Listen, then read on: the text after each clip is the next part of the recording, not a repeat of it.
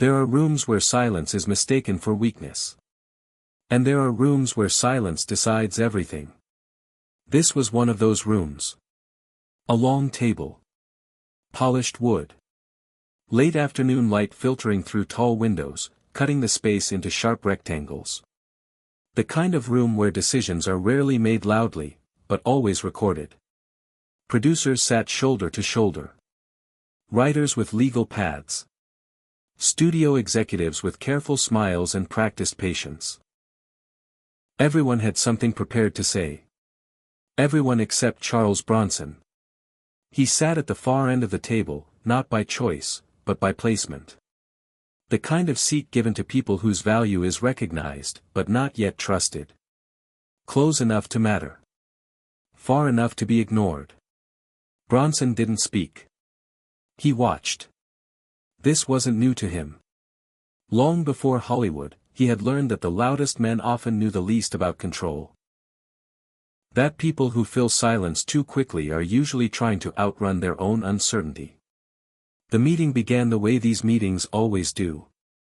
A producer outlined the vision. Another followed with concerns about tone. Someone mentioned audience expectations. Someone else mentioned risk. Words stacked on top of each other carefully. Not arguments, positions. Bronson's name came up early. What kind of presence do we want from him? How much dialogue feels right? Do we need him to explain himself more? They spoke about him as if he were part of the furniture. Bronson let them. He rested his hands flat on the table. Fingers still. Posture relaxed. Eyes steady, not drifting, not searching. In rooms like this, silence makes people uneasy. It interrupts the rhythm of authority. Finally, someone noticed. A writer leaned forward, almost relieved to address him directly. "Charles," he said, "what do you think?" Every head turned. This was the moment most actors prepare for their entire careers. The moment where you demonstrate intelligence. Flexibility. Charm. You reassure them you're easy. That you understand the business. That you'll meet them halfway. Bronson didn't do any of that. He held the pause. Not dramatically. Not defiantly. Just long enough for the question to feel heavier than the answer. Then he spoke. "I think you're all talking about the wrong thing." One sentence. No explanation. The room waited. Bronson didn't continue. That was when the energy changed. Not because of what he said. But because of what he refused to add. The producer closest to him cleared his throat. "What do you mean by that?" he asked, already sensing he might not like the answer. Bronson glanced at the contracts. The notes scribbled in margins. The subtle tension between creative instinct and financial caution. "You're deciding how much I should speak," he said calmly. "Before deciding why the character exists." The words didn't land loudly. They didn't need to. An executive shifted in his chair. "We're just trying to make the film accessible," he said. "That's all." Bronson nodded once. "There's a difference," he replied.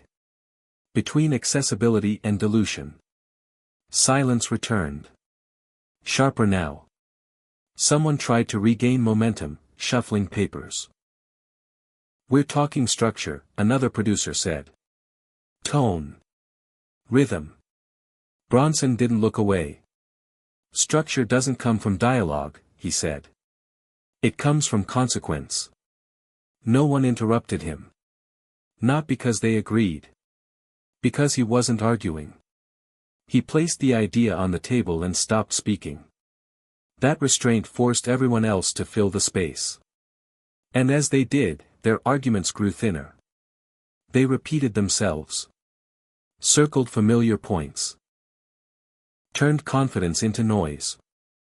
A younger writer, careful not to offend, asked. "So what would you suggest?" Bronson looked at him. "Less," he said. That was it. The executive frowned. You realize that's risky. Yes, Bronson replied evenly. And that's why you hired me. The room went still. No challenge. No bravado. Just clarity. The head producer finally spoke. Let's be honest, he said. We brought Charles in because he brings something specific. If we dilute that, we lose the reason he's here. No one objected. The decision was written down. Minimal dialogue. No explanatory monologues. Let the audience sit with discomfort. Bronson nodded once. The meeting ended shortly after. No celebration. No declaration of victory. But something had shifted permanently. On set, the decision carried weight. Scenes took longer, not because they were complicated, but because no one could hide behind words anymore. Actors waited for cues that never came. They searched Bronson's face for reassurance. He gave none. He stood where he was told. Moved when required. Stopped when it mattered. Silence on set usually means something is wrong. This silence was deliberate. The director noticed immediately. Instead of correcting Bronson, he adjusted everyone else. Don't fill the moment, he told them. Let it sit. Some actors struggled. They were trained to add. To guide emotion. To make sure the audience understood. Bronson removed. And removal is uncomfortable. Between takes, a supporting actor finally asked him. How do you know when it's enough? Bronson watched the crew reset the lights. When it stops being about you, he said. The camera loved the silence. Moments stretched longer than expected. Audiences would later describe them as tense. Bronson felt them as honest. The director pulled him aside one evening. I've worked with actors who command a room, he said. You don't command it. You empty it. Empty rooms tell the truth faster. Word spread quietly. Other directors noticed. They didn't talk about his dialogue. They talked about the space he left behind. By the end of the shoot, it was clear. Bronson hadn't just won an argument. He had changed the rhythm of the work. People spoke less. And when they did, it mattered. No one announced the victory. That's how you know it was real. Bronson didn't leave with more authority on paper. What he left with was position. From then on, meetings changed when he entered them. People spoke slower. Argued less. Thought more. Silence recalibrated the room. He never referenced that meeting again. Power that needs repeating is already weakening. Winning isn't about the last word. It's about not needing it. Others continued negotiating their value out loud. Bronson carried his quietly. That's why it lasted. People later called him dominant. They were wrong. He was consistent. He didn't shift to match rooms. He let rooms shift around him. Most people mistake silence for absence. Bronson used it as structure. Everyone spoke at the table. Bronson didn't. And that's why, long after the room emptied, his position remained. After that project, people assumed Bronson had won. That word followed him for years. Won the argument. Won control. Won respect. Bronson never used that word himself. Winning implies opposition.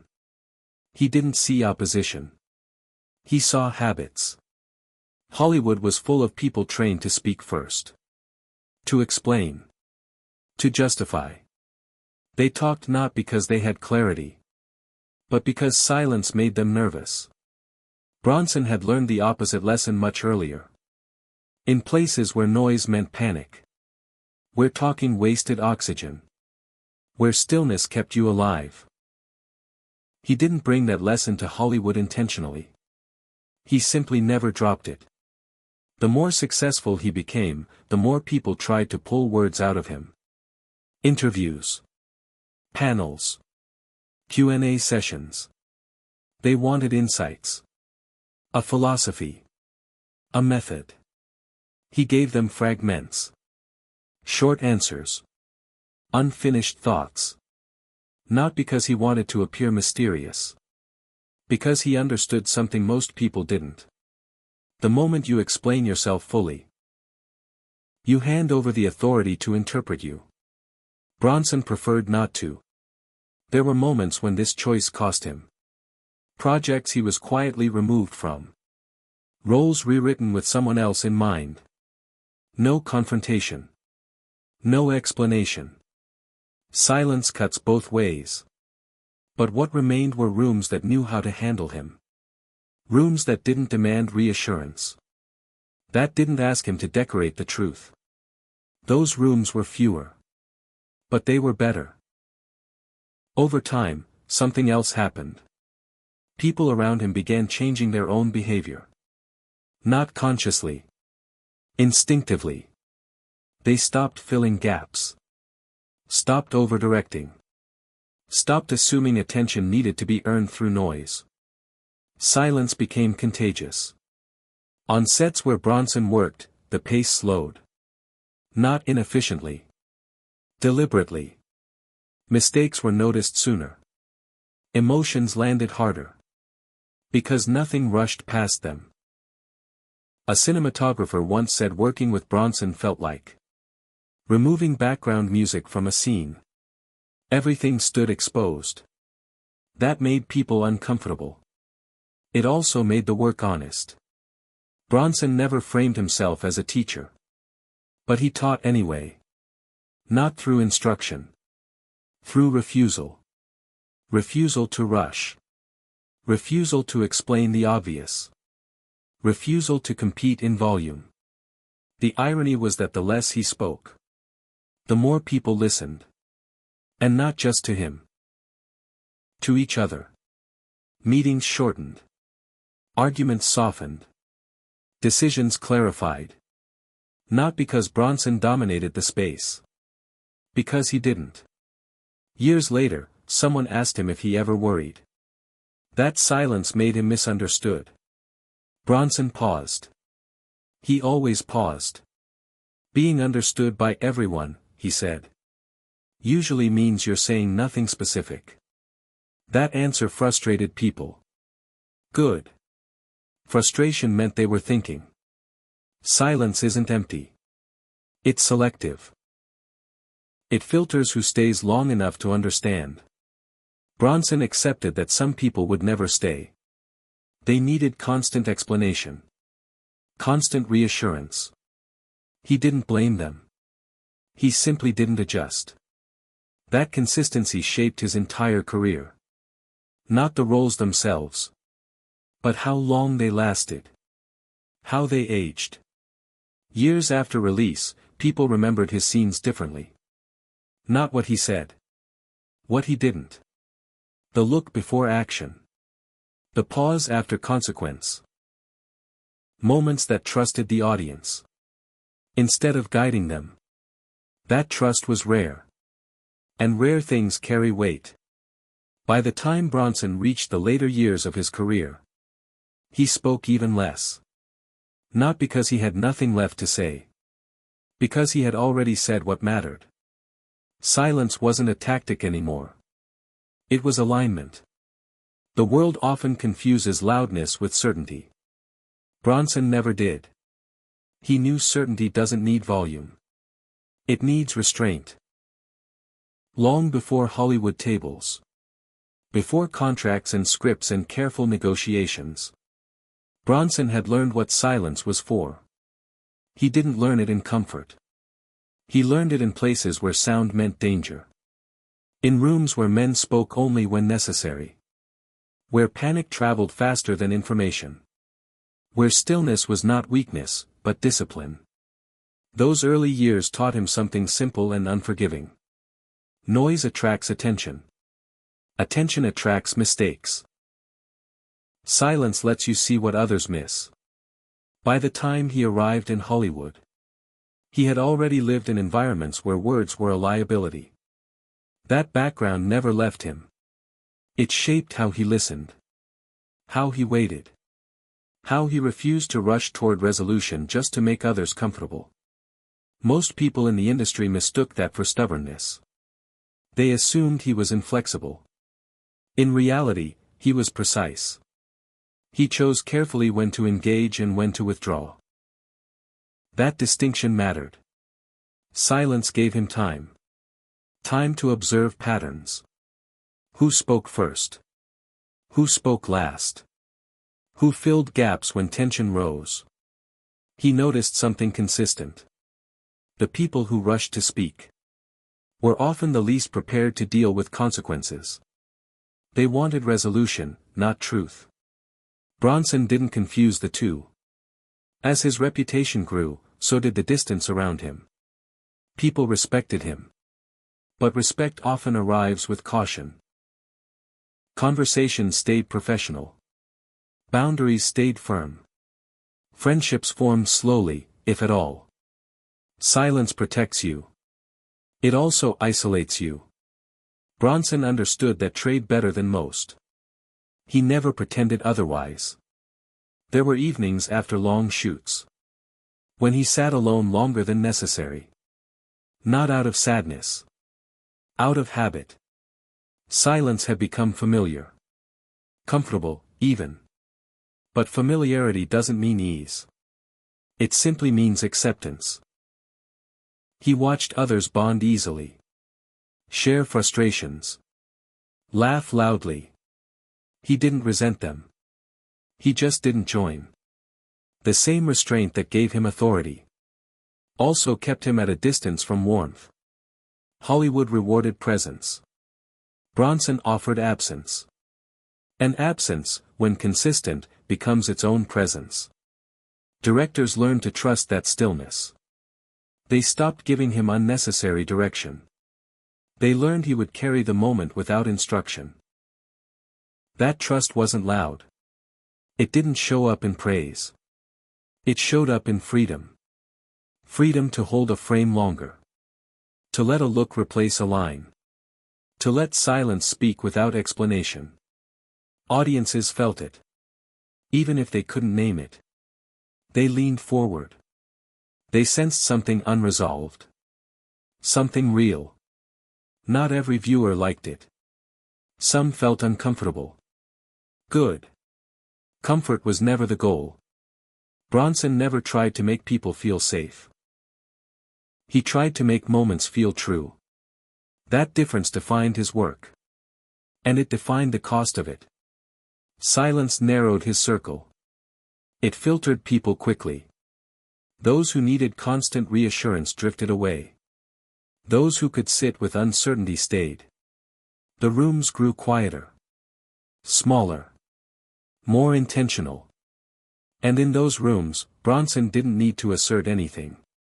His presence already had shape. Years passed. Trends changed. Faces came and went. But the stillness remained.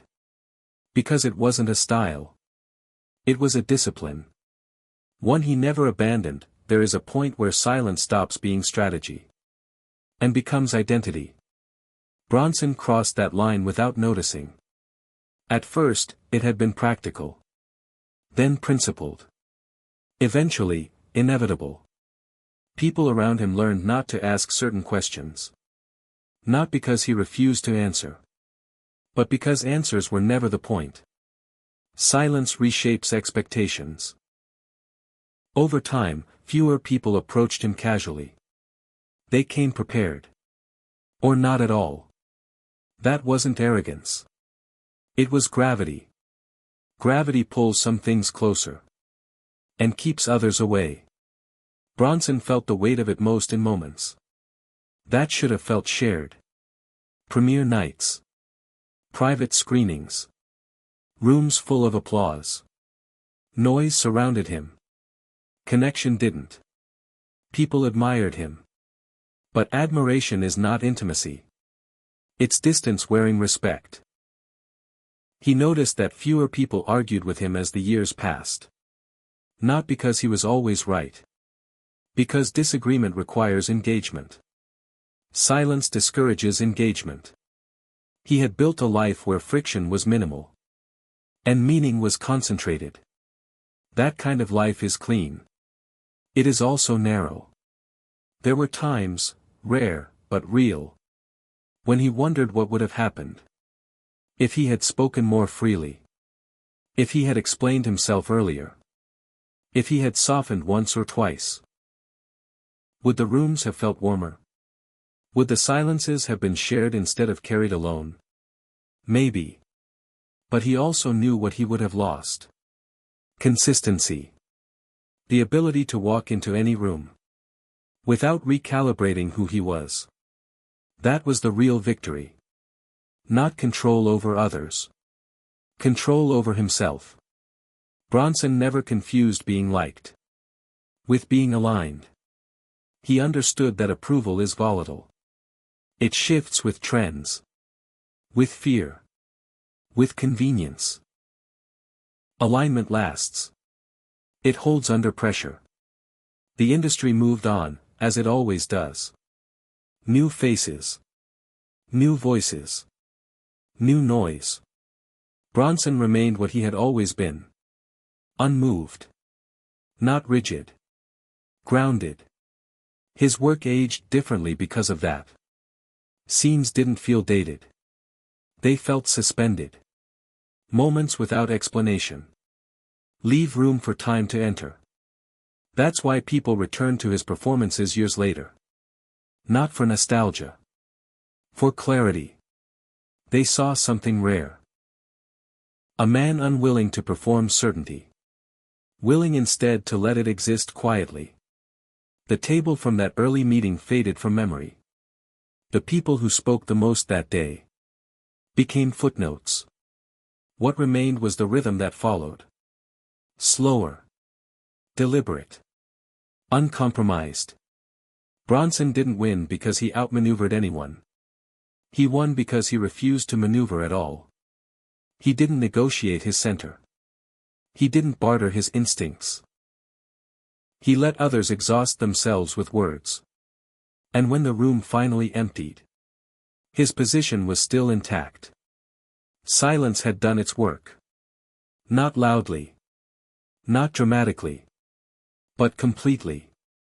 Everyone spoke at the table. Bronson didn't. Silence doesn't end when the room empties. That's the part people misunderstand. They think silence is what happens when nothing is said. But real silence begins after the words are gone. After the chairs are pushed back. After the decisions are recorded. After everyone believes the moment has passed. Bronson carried that silence with him long after the meeting ended. Not as memory. As orientation. It shaped how he walked into rooms he didn't control. How he listened to people who expected him to respond. How he measured moments that demanded reaction. He learned something subtle. Silence doesn't remove conflict. It reveals where it actually lives. Most conflicts at tables like that one are not about ideas. They are about fear. Fear of being overlooked. Fear of losing relevance. Fear of being replaced. Words are often armor. Bronson never wore it. That left him exposed in ways people didn't notice. When projects failed, there was no explanation to hide behind. When criticism came, there was no narrative to soften it. Silence absorbs impact directly. That takes strength most people never build. There were years when his phone rang less often. Years when studios chased louder names. Years when silence stopped being admired. And started being questioned. He didn't adjust. Adjustment would have required performance. And performance, outside the work itself, had never interested him. He watched younger actors rise quickly. Talk their way into rooms. Charm their way into opportunity. He watched them fall just as quickly. Noise burns fast. Silence burns slow. Bronson's career didn't spike. It settled. It gained density instead of height. And density lasts. As time passed, people stopped asking him to explain his choices. They stopped expecting commentary. They understood something intuitively. If Bronson spoke, it mattered. If he didn't, that mattered too. That understanding is rare. It can't be demanded. It can't be trained. It emerges only when someone refuses to rush past themselves. In his later years, Bronson rarely reflected publicly. Not because he had nothing to say. Because reflection spoken aloud often becomes performance for others. He preferred reflection that stayed internal. That kind changes behavior, not image. When people asked him about success, he redirected. Not out of modesty. Out of accuracy. Success, to him, had never been about dominance. It was about coherence. Being the same person in the room. And outside it. Being able to sit at a table where everyone speaks. And not feel compelled to justify your presence with sound. That's not power you take. It's power you keep. The industry moved on. It always does. But silence doesn't age the way noise does. Noise belongs to moments. Silence belongs to patterns. And patterns endure. Long after trends faded. Long after louder names disappeared. Bronson's work remained intact. Not celebrated loudly. Not constantly revisited. But returned to. And again. Because people sensed something they couldn't quite name. A refusal to manipulate emotion. A trust in restraint. A confidence that didn't seek confirmation. That confidence had been forged long before that table. But that table revealed it. Not through argument. Not through victory. Through absence. Everyone spoke at the table. Bronson didn't. And what followed wasn't applause. It was alignment. With himself. With the work. With the kind of life that doesn't need to explain why it chose silence.